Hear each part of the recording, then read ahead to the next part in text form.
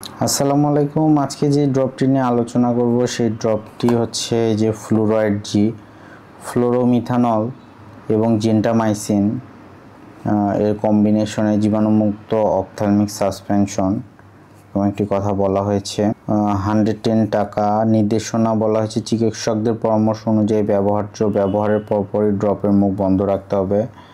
ড্রপের মুখ খোলার 1 মাস পর ওষুধটি ব্যবহার করা যাবে না এবং শিশুদের নাগালের বাইরে রাখুন, এরকম নির্দেশনা ড্রপে দেওয়া আছে।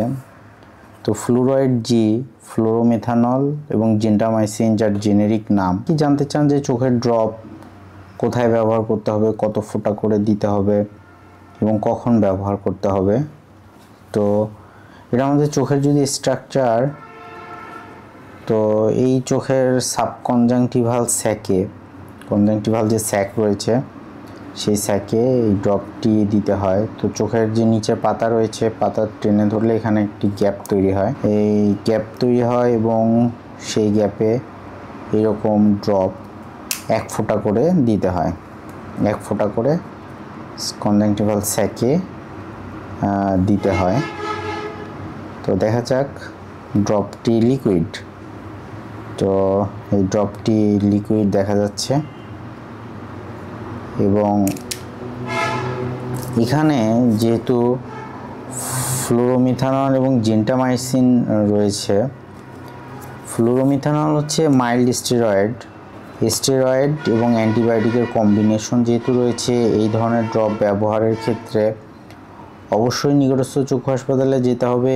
একটানা অনেক দিন ব্যবহার করা যাবে না, কারণ স্টেরয়েড থাকার কারণে চোখের প্রেশার বেড়ে যেতে পারে। এই জন্য আমাদের চোখের প্রেশারটি চেক করে নিতে হবে এই ধরনের ড্রপ ব্যবহারের ক্ষেত্রে। এখানে লেখা আছে কোএক্সিস্টিং অকুলার ইনফেকশন অ্যান্ড ইনফ্লামেশনের ক্ষেত্রে এই ধরনের ড্রপ ভালো কাজ করে, এরকম একটি কথা বলা হয়েছে।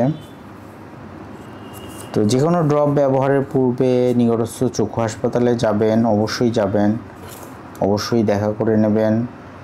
এটি একটি শিক্ষামূলক চ্যানেল।